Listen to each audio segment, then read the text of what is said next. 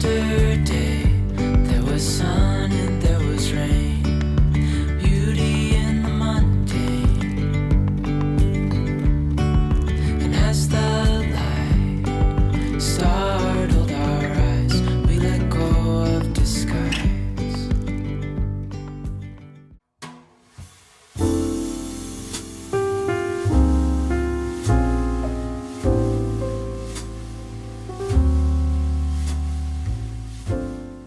Hi friends, welcome back to my channel. If you're new here, my name is Hannah Olson and I live in Minnesota with my husband and our 3 young children. I stay at home with the kids and we are a homeschooling family. I'm so glad you're here and I thought I'd bring you along for a day in our life. And it was a pretty typical Wednesday, a pretty typical weekday for us, filled with homeschooling and playing, indoors and outdoors, and cooking and baking, all the usual things. But I am especially excited about today's video because it's a collaboration with my friend Sheri. She shares over at Our Life Homeschooling, and she has a YouTube channel, she has a blog, a website with so many resources for homeschooling moms, and she's also over on Instagram. And so today I'm collaborating with her. And I wanted to tell you guys about her channel because Sheri is, first of all, such a wonderful resource for homeschooling mamas because she's been there, done that. She has over, I think it's 15 years of homeschooling experience, but also because she is such an intentional and thoughtful mama, and she's always sharing such beautiful encouragement for those of us who have young children, those of us who are homeschooling moms, and you just have to go check her channel out. She has 10 children, and Sheri also actually has a background as a school teacher, which is really fun because that's my background too.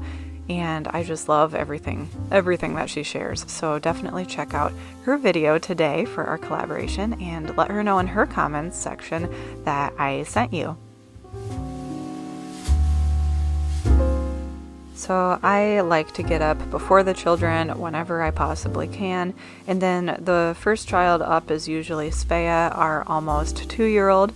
And then Sophie and Soren, our 7-year-old and 5-year-old, have a hatch nightlight that I set to turn green at about 7:40 a.m. And so that's when they know they can come out of their room, and they're already playing with our gears building set, which is a favorite around here.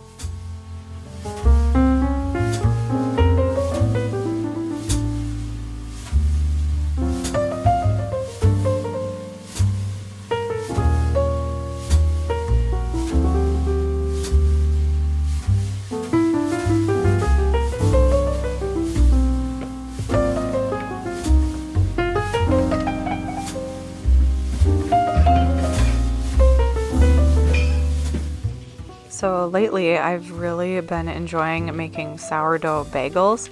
It's kind of my son Soren's love language these days. He's been saying how much he wants me to buy bagels, but he loves other things like sourdough recipes that I make. So I thought I would try out sourdough bagels, and they've turned out really well. Maybe they're not the prettiest, but they taste really good, and we made a double batch recently. The kids helped me with that. So we were enjoying some plain and everything bagels for breakfast.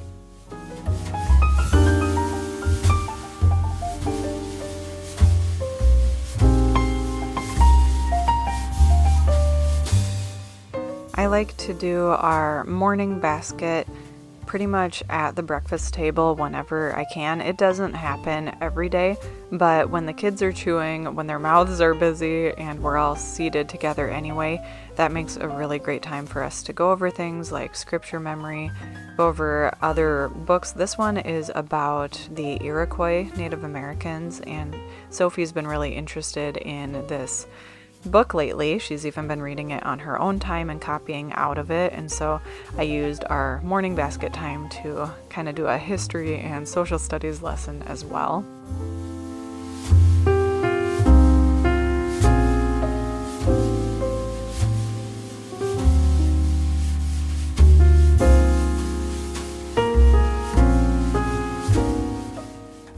we've been working on memorizing Proverbs 3, 5, and 6 lately, so that's what we did also at the breakfast table, and then I opened up the blinds to let some natural light in as much as possible because we're in Minnesota during the winter time here. But thankfully spring is just around the corner, so that brings us a little extra hope and it boosts everyone's spirits, I think. And the kids right here were deciding to have a little meeting. I don't really remember what they were talking about, but it was really, really cute.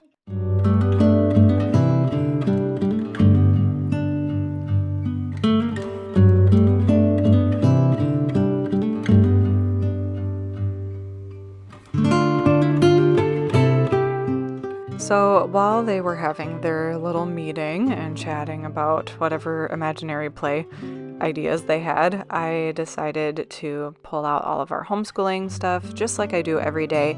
We homeschool primarily around the kitchen table and in the living room, the main living areas of our house.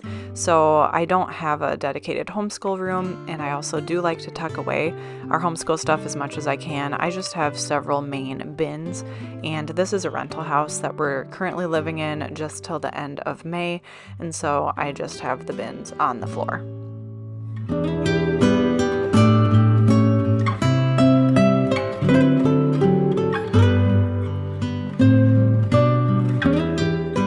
So this school year we've gotten into the habit of Soren always starting off school in the living room area, which allows me to hit the ground running with Sophie, our first graders.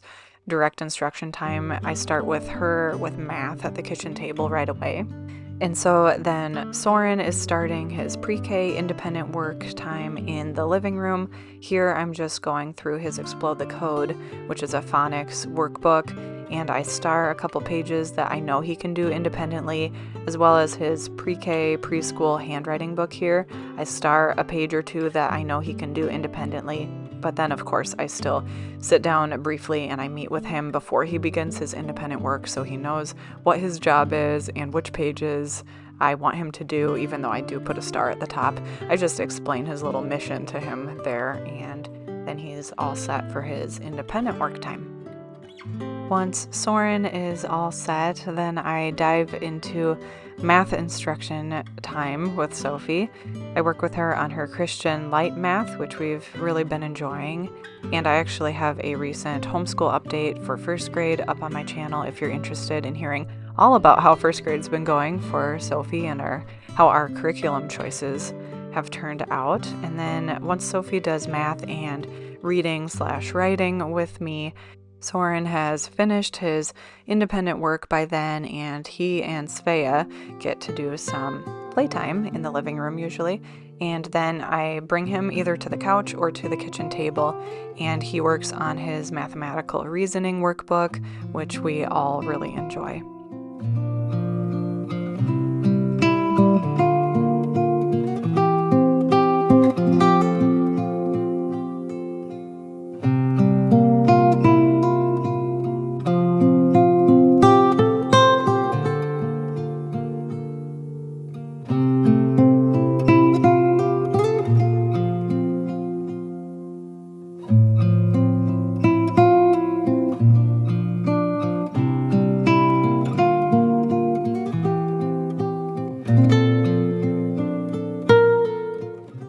I absolutely love that we're at the stage now where one older sibling can read to another, well, to any of her other siblings, and I love that Svea enjoys sitting with Sophie and actually having a book read to her.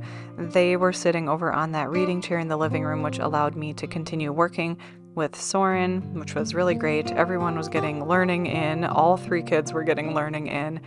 And I didn't show this in this video, but Soren did work on some reading skills with me. We often go over flashcards and some of the Explode the Code writing stuff as well. So today I wanted to show you though how we were having fun creating a little game out of our Rec and Rec here, which just is like a mini abacus or something that goes up to 20. It has 20 little beads on it, and we were quizzing each other as fast as we could on different numbers.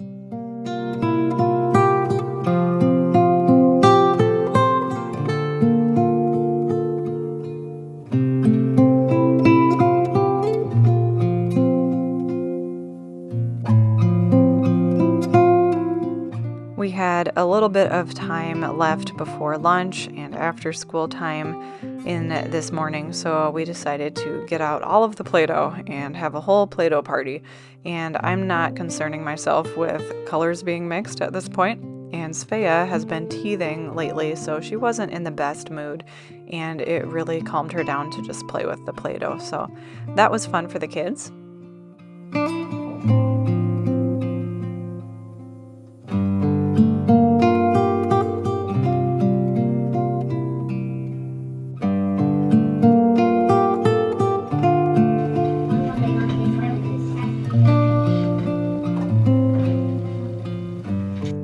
While the little Play-Doh time was going on, I decided to sit down and play the piano for a bit. I am a little bit rusty, but we recently got this digital piano and it has weighted keys, so it feels like a real piano and it sounds like a real piano too, which is so much fun. And we've started Sophie and Soren on piano lessons with Hoffman Academy that's online recently, and I wanted to play a quick song before it was time to do other things with my day.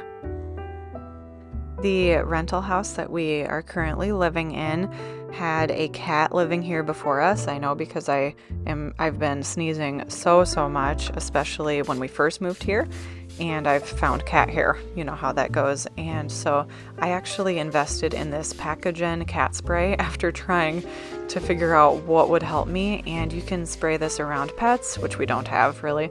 We have fish, but you can spray it around children as well and on anything and in the air. So that's what I was doing here. I just ran around in the basement play area, spraying the carpet and any place I would have guessed that the cat hair had been. And this Pacogen cat spray has actually helped so much. And I wanted to mention it here just in case you find yourself in a situation where you can't quite get rid of the cat hair or the whatever is causing your cat allergies to surge. Definitely look into that because it has helped me a lot just to periodically, maybe a couple times a week, spray that cat spray, I call it, around the house. So I got the kids this tunnel and tent and mini ball pit set when we first moved here, just so they would have a great way to get energy out and something fun to play with in this basement main playroom area. And I actually plan to sell it, and the kids know I plan to sell it on Facebook Marketplace when we move because we don't have room for it in our home, back at home. But it's been actually a huge blessing for us this winter. And since I've never shown you guys the basement laundry room, this is what it looks like, and it does a great job. And Svea wanted to say hi as well. A lunch that we've really been enjoying lately is what we affectionately refer to as a rabbit lunch or a bunny lunch. And it's something that we tried out when we were studying Peter Rabbit. I just wanted to make a cute little bunny lunch or pretend it was something a rabbit would eat. But it's similar actually to what I used to eat when I was student teaching. And it's just such an easy, healthier type of lunch for the kids. And I'm strongly considering making this kind of lunch more of a frequent thing for our weekly menus. It is so good. So we do hummus and pita bread and sugar snap peas, some kind of berries, carrot sticks, and cheese. So that tends to work really well because you can dip almost any of that in the hummus. So if you need a homeschool lunch idea, that one has been working really well for us.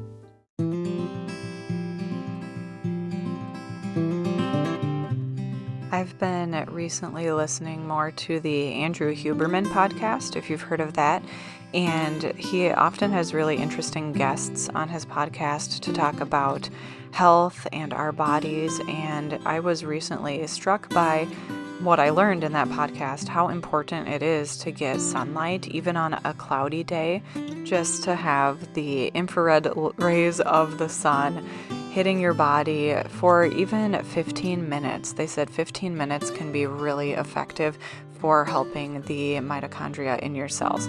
And I don't claim to be any kind of an expert. I trust the experts to explain that kind of thing, but I've recently been convicted that I'm not getting the kids outside as much as I want to be, and so we've been committing to doing that a lot more often, and it has been so good for us. It's good for the soul to be outside, and of course, you're getting that healthy vitamin D in your system, but I just really loved hearing that it can help your immune system. I know that's related to vitamin D, but there were also other factors they were mentioning about being outside in natural light and your immune system being strengthened. So outside we went. I've really been enjoying reading this book by Leonard Sachs. It's called The Collapse of Parenting. And it's not written as a Christian book, but it's a very fascinating book on what this doctor, he's a family physician, as well as he has an MD and a PhD, and it's what he has been observing in not only visiting schools and talking with parents, but in his clinical practice. And it's just fascinating to see the patterns he's noticed in different societies and in America, and what he recommends for helping our kids as they grow up to be responsible, respectful, resilient, and happy adults. But I wanted to take a minute and encourage you, if you're a fellow mama or a fellow homeschooling mom, I wanted to encourage you in a way that hopefully will help you in your feelings of overwhelm during the day. And I've definitely been there, and I have my moments still of feeling overwhelmed by the day.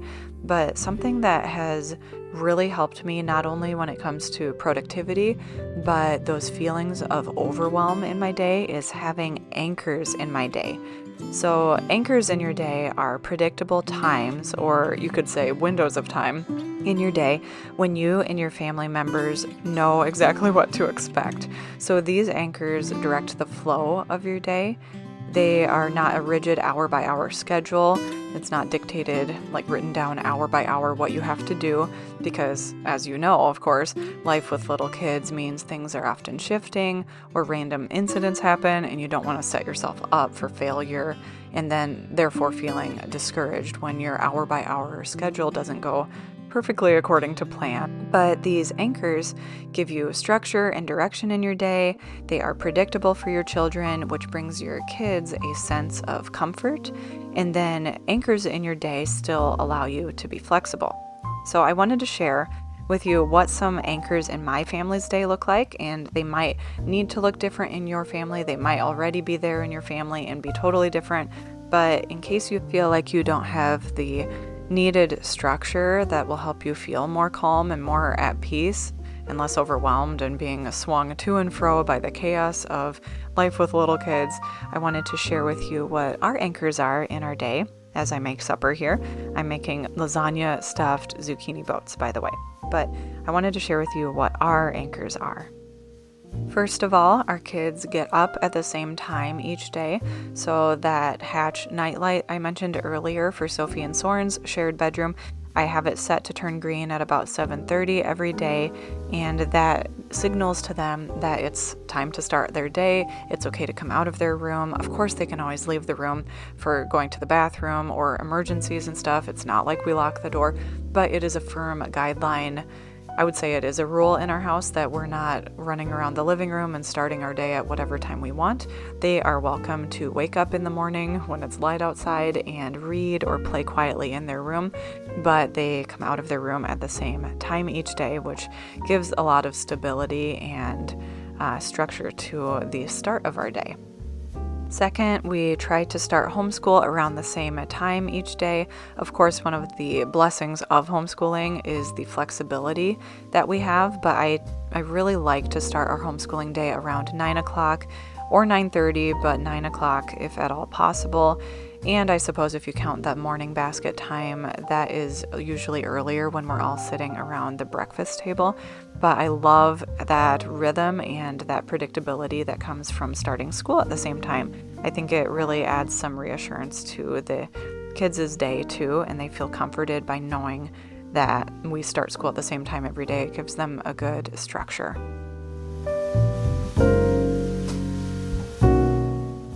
And something else that is a wonderful anchor of our day is quiet time. And quiet time is a screen-free quiet time of the day, and the kids each are in a different room of the house. Sophie, our 7-year-old, is in the master bedroom for quiet time, and Soren, our 5-year-old, is in the older kids' shared bedroom for quiet time, and then Svea naps at the same time every day during quiet time. And I get into this a lot more in my online course called the Present Mama Playbook, and I can link the waitlist for my course down below. And that's where I talk a lot about how we deal with those who nap and those who don't nap, what they do instead of any sort of screens during that time, as well as like quiet time bin ideas. I talk a lot more about it in my course, but it is such a gift to all of us. It is not just made to be a break for mama, although for me as an introvert and when I have other things I would like to work on, like computer related, it is a gift to me. But it actually has become such a beautiful gift for each of my children. It gives them the space to play their own games, to think their own thoughts, and not constantly be dictated by maybe a more opinionated sibling or having to go along with their siblings' games. And of course, as a homeschooling family, my kids play together all the time. They get so much quality time with each other and with their parents. But I just love how we all get a little breather in the middle of the day, and having anchors like that one especially is, like I said, such a gift because it is something we can count on happening every day. And the kids do not complain about going into those separate rooms for quiet time. They love listening to their Yodo players, which is basically listening to audiobooks and other audio content with little cards that they insert into the player. They love their Yodo players. They get to think their own thoughts, and since it is a screen-free time, they always come out of quiet time with such awesome crafts and ideas and things they've been drawing and reading and daydreaming and brainstorming about. It is so much fun to see what they come up with during quiet time. And then it is just so reassuring to have that structure for our family, and it's something we can count on happening every day. And let me tell you, it brings a lot of hope to a busy mom of young children to know that I have a guaranteed break basically midday every day.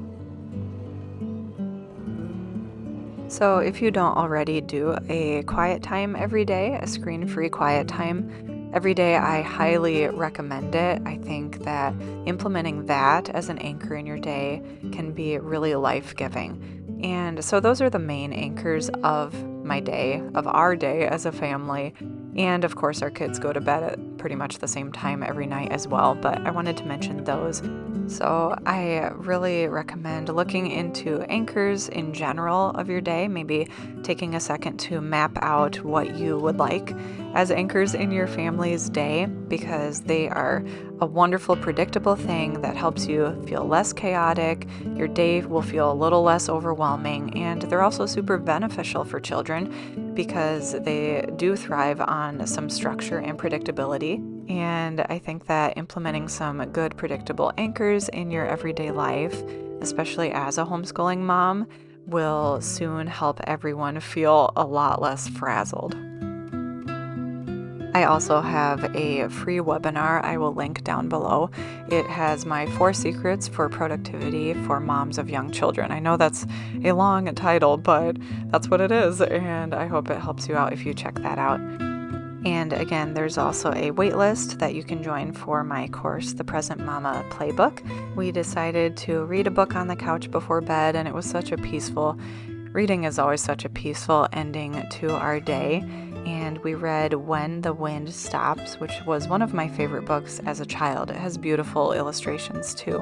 But thanks for coming along with us today for a day in our life, and I hope it was fun for you or encouraging. Maybe there's something you can take away and apply in your own life if you're also a mama of young children. And I want to remind you to check out my friend Sheri's channel. She's such a wonderful, encouraging homeschooling mama.